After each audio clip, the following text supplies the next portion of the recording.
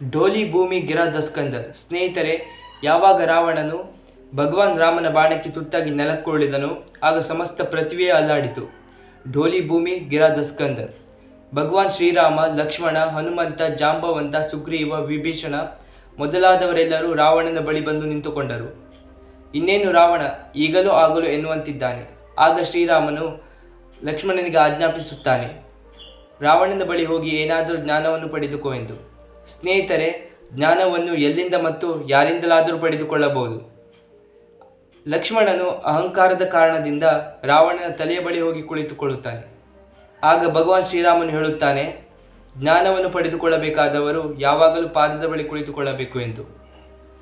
ಲಕ್ಷ್ಮಣನು ರಾವಣನ ಪಾದದ ಬಳಿ ಕುಳಿತುಕೊಂಡು ಏನಾದರೂ ಜ್ಞಾನವನ್ನು ನೀಡಲು ಹೇಳುತ್ತಾನೆ. ಆಗ ರಾವಣನು ಹೇಳುತ್ತಾನೆ, ನಾನೇನು ನಿನಗೆ ಜ್ಞಾನವನ್ನು ನೀಡಲಿ? ನನ್ನ ಪ್ರಶ್ನೆಗೆ ಒಂದು ವೇಳೆ ನೀನು ಉತ್ತರಿಸಿದೆ ಆದರೆ ಮೋಕ್ಷ ಪ್ರಾಪ್ತಿಯಾಗುವುದು ಎನ್ನುತ್ತಾನೆ. ಲಕ್ಷ್ಮಣನು, ಸರಿ, ನಿನ್ನ ಸವಾಲು ಏನು ಎಂದು ಕೇಳುತ್ತಾನೆ. ಆಗ ರಾವಣನು ಹೇಳುತ್ತಾನೆ, ನೀನು ಕ್ಷತ್ರಿಯ, ನಾನು ಬ್ರಾಹ್ಮಣ, ನಾನು ಕುಲದಲ್ಲಿ ನಿನಗಿಂತ ಮೇಲು. ನಾನು 4 ವೇದಗಳ ಮತ್ತು ಪುರಾಣಗಳ ಮಹಾಜ್ಞಾನಿ, ನಾನು ಜ್ಞಾನದಲ್ಲಿ ನಿಮಗಿಂತ ಮೇಲು. ನನ್ನ ಬಳಿ ತುಂಬ ವಿಶಾಲವಾದ ಸೈನ್ಯವಿತ್ತು.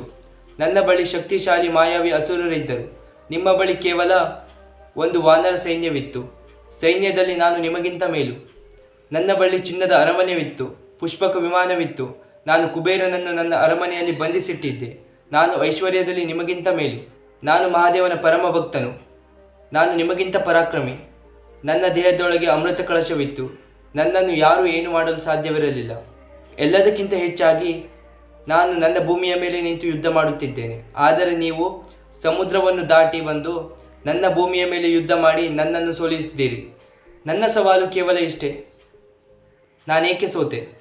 ನಾನು ಯಾವುದರಲ್ಲೂ ಕಡಿಮೆ ಇರಲಿಲ್ಲ. ಹಾಗಿದ್ದರೂ ನಾನೇಕೆ ಸೋತೆ?